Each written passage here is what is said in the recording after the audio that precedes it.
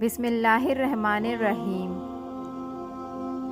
السلام علیکم میرے سبھی دیکھنے والوں کو۔ واقعہ کربلا ایک ایسا واقعہ ہے جو تاریخ کے پنوں میں تو چھپا ہی ہے، لیکن ہر مسلمان کے دل و دماغ میں بھی بسا ہوا ہے، اور رہتی دنیا تک یہ واقعہ ہر مسلمان اور آنے والی نسلیں ہمیشہ یاد رکھیں گی۔ ویڈیو شروع کرنے سے پہلے آپ سبھی سے گزارش ہے کہ کائنڈلی چینل کو سبسکرائب کر لیں۔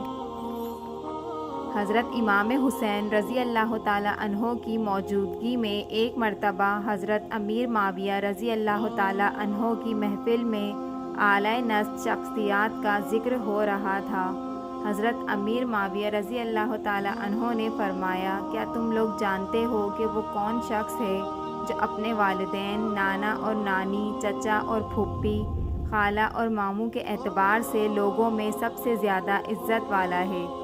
لوگوں نے عرض کی، آپ ہم سے بہتر جانتے ہو۔ یہ سن کر حضرت امیر معاویہ رضی اللہ تعالیٰ عنہ نے حضرت امام حسین رضی اللہ تعالیٰ عنہ کا ہاتھ مبارک پکڑ کر فرمایا، وہ شخصیت یہ ہیں، ان کے والد حضرت مولا علی مشکل کشا ہیں، ان کی والدہ حضرت بی بی فاطمۃ الزہرا رضی اللہ تعالیٰ عنہ رسول کریم صلی اللہ علیہ وسلم کی صاحبزادی ہیں، ان کے نانا جان محمد رسول اللہ صلی اللہ علیہ وسلم ہیں، نانی جان حضرت بی بی خدیجۃ الکبریٰ رضی اللہ تعالیٰ عنہ ہیں، ان کے چچا جان حضرت جعفر طیار رضی اللہ تعالیٰ عنہ ہیں، اور پھوپھی جان حضرت حالہ بنت ابی طالب اور ماموں حضرت قاسم رضی اللہ تعالیٰ عنہ ہیں، جو رسول کریم صلی اللہ علیہ وسلم کے صاحبزادے ہیں، اور ان کی خالہ حضرت زینب بنت رسول اللہ ہیں۔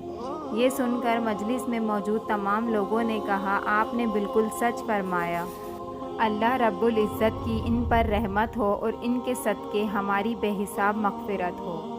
حضور کریم صلی اللہ علیہ وآلہ وسلم کو دار فنا سے دار البقاء کی طرف رحلت فرمائے ابھی 50 برس ہی گزرے تھے کہ 61 ہجری میں عراق کے شہر کوفہ سے کچھ فاصلے پر کربلا کے مقام پر یزید کے لشکر نے فرزند رسول اللہ صلی اللہ علیہ وسلم کو سفر کی حالت میں ان کے اہل و عیال اور رفقہ سمیت شہید کر دیا۔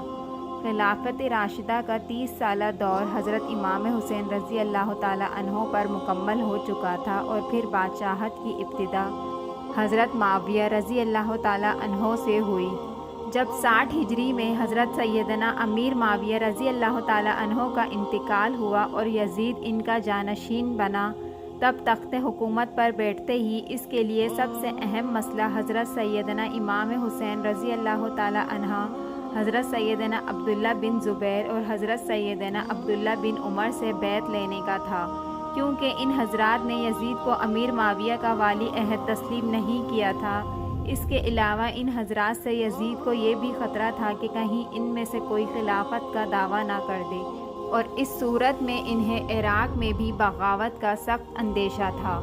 جب اہل کوفہ کو حضرت سیدنا امیر معاویہ رضی اللہ تعالیٰ عنہ کے انتقال کی خبر ملی اور انہیں اس بات کا علم ہوا کہ حضرت سیدنا امام حسین رضی اللہ تعالیٰ عنہ نے یزید کی بیعت سے انکار کر دیا ہے، تو انہوں نے سیدنا امام حسین کے نام ہزاروں کی تعداد میں خطوط لکھے کہ آپ جلد از جلد کوفہ تشریف لے آئیے، خلافت آپ کے لیے خالی ہے اور ہماری گردنیں آپ کے لیے حاضر ہیں، سب کے سب آپ کے منتظر ہیں، آپ کے سوا کوئی ہمارا امام پیشوا نہیں، آپ کی مدد کے لیے یہاں ہزاروں کا لشکر حاضر ہے۔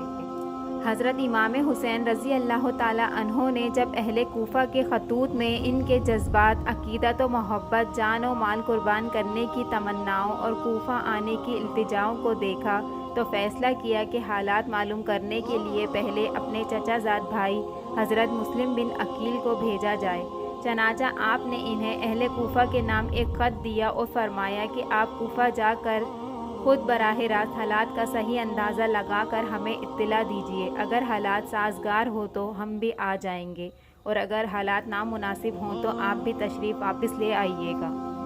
حضرت سیدنا مسلم بن عقیل رضی اللہ تعالیٰ عنہ نے اہل کوفہ کی بے پناہ محبت عقیدت کو دیکھ کر حضرت سیدنا امام حسین رضی اللہ تعالیٰ عنہ کی خدمت میں خط لکھ کر بھیجا کہ ہزاروں افراد نے میرے ہاتھ پر بیعت کر لی ہے، اور یہاں کے سب لوگ آپ کی تشریف آوری کے منتظر ہیں۔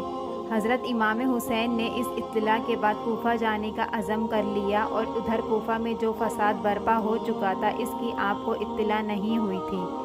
جب مسلم بن عقیل کو پتہ چلا کہ کوفہ کے لوگوں نے ان سے دھوکہ کیا ہے تو انہوں نے چاہا کہ وہ خط حضرت امام حسین تک نہ پہنچے اور وہ یہاں تشریف نہ لائیں، لیکن امام حسین تک وہ خط پہلے ہی پہنچ چکا تھا۔ کوفہ کے لوگوں نے حضرت مسلم بن عقیل کو بھی یزید کے کہنے پر قتل کر دیا۔ حضرت امام حسین نے 3 ذی الحجہ 60 ہجری کو اپنے تمام اہل خانہ اور خادموں کل 82 افراد کو ہمراہ لے کر راہ عراق اختیار فرمائی۔ راستے میں حضرت سیدنا امام حسین کو کوفیوں کی بدعہدی اور حضرت سیدنا مسلم بن عقیل کی شہادت کی خبر مل گئی تھی۔ آپ نے ایک بار واپسی کا ارادہ اختیار کیا، لیکن بہت گفتگو کے بعد یہی طے پایا کہ جاری سفر رکھا جائے اور واپسی کا ارادہ ترک کر دیا جائے۔ حضرت امام حسین نے بھی اس رائے سے اتفاق کیا اور قافلہ آگے چل دیا، یہاں تک کہ حضرت امام حسین رضی اللہ تعالی عنہ نے کربلا میں نزول فرمایا۔ یہ محرم الحرام 61 ہجری کی 2 تاریخ تھی۔ آپ نے اس مقام کا نام دریافت کیا تو معلوم ہوا کہ اس جگہ کو کربلا کہتے ہیں۔ حضرت امام حسین کربلا سے واقف تھے اور آپ کو معلوم تھا کہ کربلا ہی وہ جگہ ہے جہاں اہل بیت رسالت کو راہ حق میں اپنے خون کی ندیاں بہانی ہوں گی۔ انہی دنوں آپ کو حضور پاک صلی اللہ علیہ وسلم کی زیارت ہوئی۔ حضور کریم صلی اللہ علیہ وسلم نے آپ کو شہادت کی خبر دی اور آپ کے سینہ مبارک پر دست اقدس رکھ کر دعا فرمائی، اے اللہ حسین کو صبر و اجر عطا فرما۔ پھر ابن زیاد نے حضرت امام حسین کو ایک خط لکھ کر بھیجا کہ یزید کی بیعت کر لیجئے۔ جب وہ خط آپ کے پاس پہنچا تو آپ نے اسے پڑھ کر پھینک دیا اور خط لانے والے سے فرمایا کہ اس وقت میرے پاس اس کا کوئی جواب نہیں۔ اس نے آ کر ابن زیاد کو بتایا تو وہ سن کر اور غصے میں آ گیا۔ اس نے لوگوں کو جمع کیا، فوجیں تیار کی اور ان کا سپہ سالار عمر بن سعد کو بنایا جو ملک رے کا والی تھا۔ وہ لوگ حضرت امام حسین سے لڑنے چل پڑے، یہاں تک کہ یہ لوگ دریائے فرات کے کنارے پر قابض ہو کر قافلہ امام حسین اور پانی کے درمیان حائل ہو گئے اور حضرت امام حسین اور ان کے اہل خانہ پر پانی بند کر دیا۔ حضرت امام حسین نے اپنے تمام اہل خانہ اور ساتھیوں سے فرمایا کہ صبح دشمن سے ہمارا مقابلہ ہے۔ میں نے باخوشی تم سب کو اجازت دی، ابھی رات باقی ہے، جہاں جگہ پاؤ چلے جاؤ اور ایک شخص میرے اہل بیت میں سے ایک ایک کو ساتھ لے جاؤ۔ اللہ رب العزت تم کو جزائے خیر دے۔